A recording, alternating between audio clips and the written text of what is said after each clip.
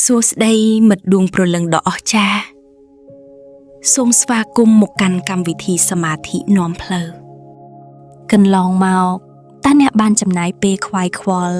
និងរត់តាមផ្គាប់ចិត្តមនុស្សជុំវិញខ្លួនអស់រយៈពេលប៉ុន្មានហើយតើអ្នកបានភ្លេចមើលថែនិងផ្ដល់តម្លៃដល់មនុស្សម្នាក់ដែលនៅក្នុងកញ្ចក់នោះដែរឬទេថ្ងៃនេះគឺជាពេលវេលាដ៏ពិសិដ្ឋដែលអ្នកត្រូវវិលត្រឡប់មកផ្ទះវិញគឺត្រឡប់មកអោបក្រសោបខ្លួនឯងដកដង្ហើមចូលឲ្យជ្រៅស្រូបយកខ្យល់អាកាសបរិសុទ្ធនិងក្តីស្រឡាញ់ដ៏កក់ក្ដៅចូលទៅក្នុងចិត្តដកដង្ហើមចេញយឺតបញ្ចេញរាល់ពាក្យរិះគន់ការប្រៀបធៀបខ្លួនឯងជាមួយអ្នកដទៃនិងភាពអសន្តិសុខក្នុងចិត្តចេញឲ្យអស់ពេលនេះអ្នកកំពុងស្ថិតក្នុងកន្លែងដែលមានសុវត្ថិភាពបំផុតធ្វើបានល្អណាស់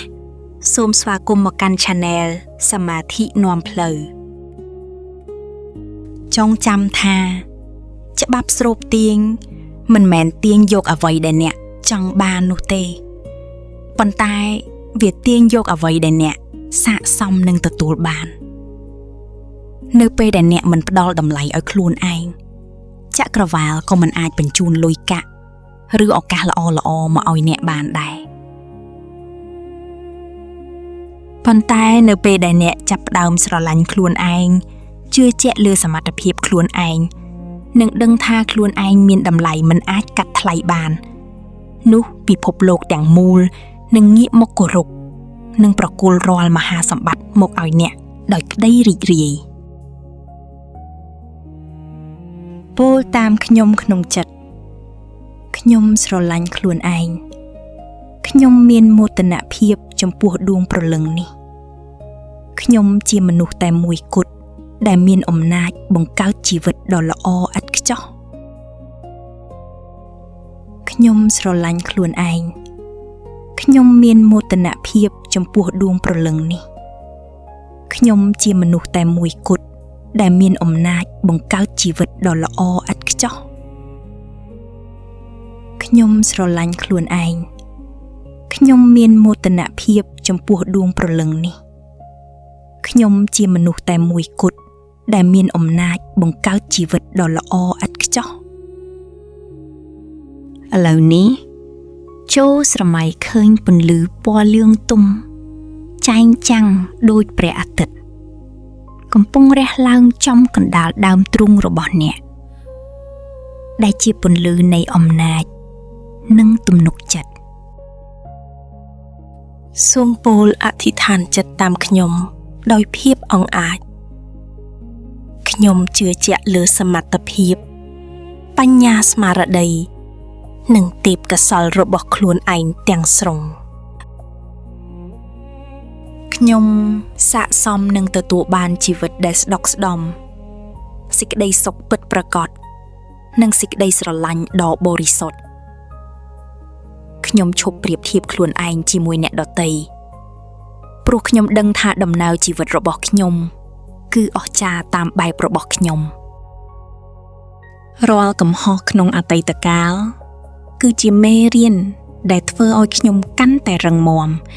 និងមានបញ្ញាឆ្លាតវៃនៅថ្ងៃនេះ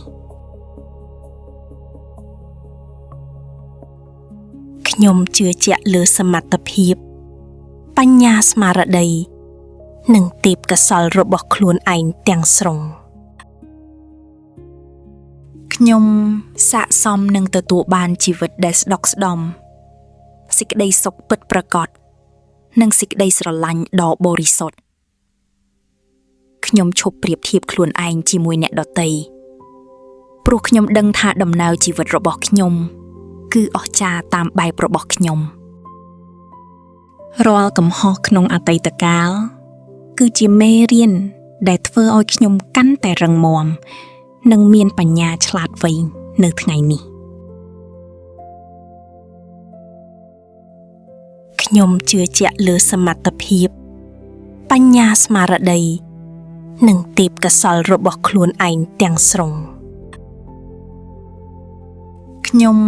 សាកសមនឹងទទួលបានជីវិតដែលស្ដុកស្ដំ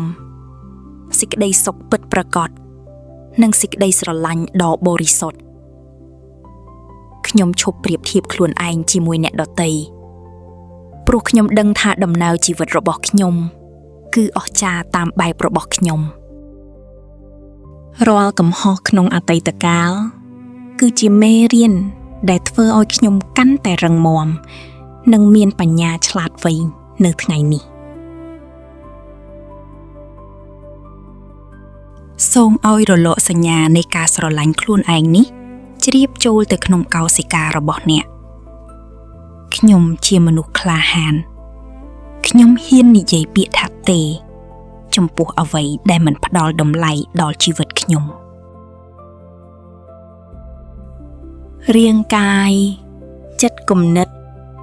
និងដួងព្រលឹងរបស់ខ្ញុំកំពុងតែស្រស់ថ្លានិងពោពេញដោយថាមពលវិជ្ជមានខ្ញុំដឹងគុណចំពោះខ្លួនឯងដែលបានរឹងមាំនិងឆ្លងកាត់រាល់ឧបសគ្គទាំងឡាយដោយស្នាមញញឹមជីវិតខ្ញុំចាប់ពីថ្ងៃនេះទៅគឺរស់នៅក្នុងភាពជាម្ចាស់ឯករាជ្យភាពនិងសន្តិភាពចិត្តជារៀងរហូត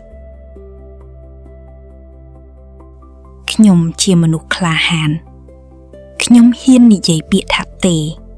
ចំពោះអ្វីដែលមិនផ្ដល់តម្លៃដល់ជីវិតខ្ញុំរាងកាយចិត្តគំនិតនិងដួងព្រលឹងរបស់ខ្ញុំកំពុងតែស្រស់ថ្លានិងពោពេញដោយថាមពលវិជ្ជមានខ្ញុំដឹងគុណចំពោះខ្លួនឯងដែលបានរឹងមាំនិងឆ្លងកាត់រាល់ឧបសគ្គទាំងឡាយដោយស្នាមញញឹមជីវិតខ្ញុំចាប់ពីថ្ងៃនេះទៅគឺរស់នៅក្នុងភាពជាម្ចាស់ឯករាជ្យភាពនិងសន្តិភាពចិត្តជារៀងរហូតខ្ញុំជាមនុស្សក្លាហានខ្ញុំហ៊ាននិយាយពាក្យថាទេចំពោះអ្វីដែលមិនផ្ដល់តម្លៃដល់ជីវិតខ្ញុំរាងកាយចិត្តគំនិតនិងដួងព្រលឹងរបស់ខ្ញុំកំពុងតែស្រស់ថ្លានិងពោពេញដោយថាមពលវិជ្ជមានខ្ញុំដឹងគុណចំពោះខ្លួនឯងដែលបានរឹងមាំនិងឆ្លងកាត់រាល់ឧបសគ្គទាំងឡាយដោយស្នាមញញឹមជីវិតខ្ញុំចាប់ពីថ្ងៃនេះទៅគឺរស់នៅក្នុងភាពជាម្ចាស់ឯករាជ្យភាពនិងសន្តិភាពចិត្តជារៀងរហូតចាំណាគ្មាននរណាម្នាក់អាចធ្វើឲ្យអ្នកមានអារម្មណ៍ថាទន់ជ្រាយបានឡើយឲ្យតែចិត្តរបស់អ្នកមិនអនុញ្ញាតចូលចេញទៅរស់នៅពេញមួយថ្ងៃនេះដោយងើបមុខឡើងញញឹមដោយភាពជឿជាក់និងដើរទៅមុខដោយក្តីអង់អាចអ្នកគឺជាមនុស្សដ៏វិសេសវិសាលបំផុតឥឡូវនេះដល់ពេលនាំដួងចិត្តដ៏មានទំនុកចិត្តរបស់អ្នកត្រឡប់មកកាន់រូបកាយវិញយឺតយឺតដកដង្ហើមចូលឲ្យជ្រៅបំផុតរក្សាទុកក្តីស្រឡាញ់និងតម្លៃខ្លួនឯងនេះឲ្យជាប់ក្នុងបេះដូងដកដង្ហើមចេញយឺតយឺតរួមជាមួយស្នាមញញឹមនៃអ្នកឈ្នះកម្រើកម្រាមដៃ